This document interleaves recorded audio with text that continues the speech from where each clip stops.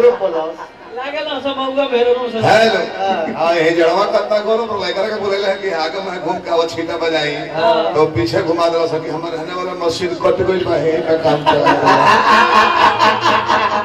हमारे सर बढ़ाओ कैसे वाली भाई भाई जड़ा बड़ा सता होने के कैसे को सर बोलवा तू बोलवा मर दो एगो सर में सब लोग ना एक वजह तो का कही दाब के बोली आपके करीब हम रहते हैं अपना नसीब तो कहते हैं ये मुंह में हम नहीं लेते हैं हेलो एक आदमी को जवाब दिया बड़ी फुहर फुहर बोला बड़ा देखो बूढ़ा लाज लगा था तरह में छुछेरापन लोगन हां काकी चाची लोग चल गए हो चलो अच्छा बताई है तरह को बताए बाबूली माने हे जिला में ऐसा तरह बोले चाहिए गाना खुदावा रात भरी है इकर भाषा बाप बोलू जान लो ठीक ठीक आई कर घरवो कहीं है दत्ता हां घरवो जाता रे तू हां बदनो सुंदर खाना बना के मलकिनी दे तरी को हां ए में झाड़ का स्वाद में दाल हां ए तो बनेला ए सब्जी हां चिनरी झाड़ का स्वाद बा ए तो बने बे खिसिया गोरस से मौगी फिर हमरो को ले गेले कि समही प्रोग्राम रहे बॉक्सर हां हम कहनी कि हम रोटी और दूध खाई हां मिल गई हां इनका के चावल दाल सब्जी लेके आती है तो देखत रहे कि दलिया में गोविंद चाचा हाथना केस के गुच्छा बा तार के बोले करे का रे चुप रहो पतनो नहीं मन बनावता हां मैं झटिया के स्वाद बा ऐसे आज मैं छील कर डाल लल बने भी झटिया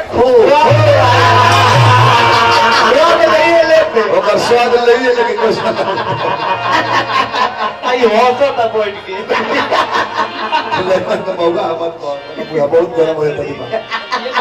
तने आई तो गीत तो मिनट के बाद चुटकुला भी बौसीर वाला हमरे ला कहले बड़े ओकरो काटवा गोविंद चाचा जे पैजामा सिवावेला नु पेशाब करे का रास्ता राखे ला बा काटो पर बुढ़ा घबड़ा जाओ रह जाता तब को बात लेकर जा बैठ घबड़ा यह जाता के नाय सहला है हम घबड़ा 4 दिन के साथ ना बोले अच्छा तैयार ना तो हमरा गीत भर पे कहले रहो रह दे बबोते हमारा कहत रहे जो 8 वर्ष पहले कुंवर जी के कहले नहीं हम कि तू जितना बोलत रहो उतना पहले ठीक है पाड़ी गरमाई तना बोली हमरो कहले आ जाए तो हम बोलत नहीं पहले ठीक है पाड़ी गरमाई तना बोली तू जितना शांत रहत रहो या तक कि 10 बिहान के भैंस पाल खा के सूत गेल बिया के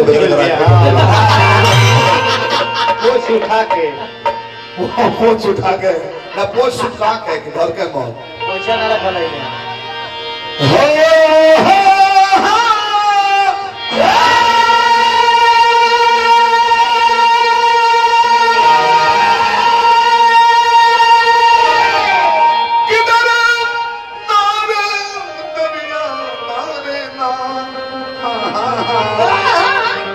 दरना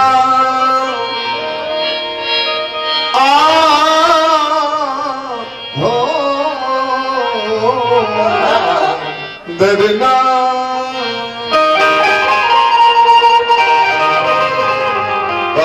हमारा डांड बत नाचो तार नाचला पर मार्केट में नाचला पर नहीं के दुनिया जाने लेकिन ना नाचिले हई जन कहनी हां तू ये जन्म में कह देबो तो तरह के पटना शहर में 2 कट्ठा जमीन लिख देबो हमनी के गांव ला जन्म में तू नचबा तरह सनीमन लौंडा खड़ा कर दे नाचे वाला 1500 का नाइट पर कि हम जन कनी हां मेहंदी में भरत शर्मा कहीं है पवन कहीं है गोलू राजा कहीं है बकिया लोसना का है के हुसना हट जाइबो सरस्वती के दिन हो दुके हो कुछ जना स्टाफ लोग कूदते बा महीना में 3 दिन गाओ तरू गोलू 30 दिन में 30 दिन में कोई गुने होता छूट जाता खाली गोलू जी आप पाइए ना किसी के साथ पर एक 2 गाना गा दीजिएगा तारा 3 दिन के विदाई हो जाता उनका का प्रणाम कराई दिया जाएगा तो लगा तारा बने 4 दिन के जोगी तरह थी में जाता हो गई बात बता विशेष ध्यान दो पत्र की लबहर रखे जरा का थान बट बड़े बड़े हो ए भाई हमारा थान बट से मतलब ना रहा हम कलाकारी पर अकेले कहां लगहर हियो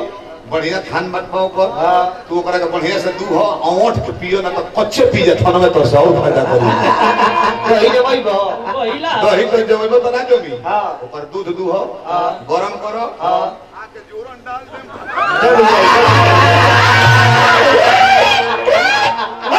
ऐसे दूध के कीमत तो ही तबले ना बनी जलो में वो कीमती जोरन ना डलाई जोरन को किलो से मिलेला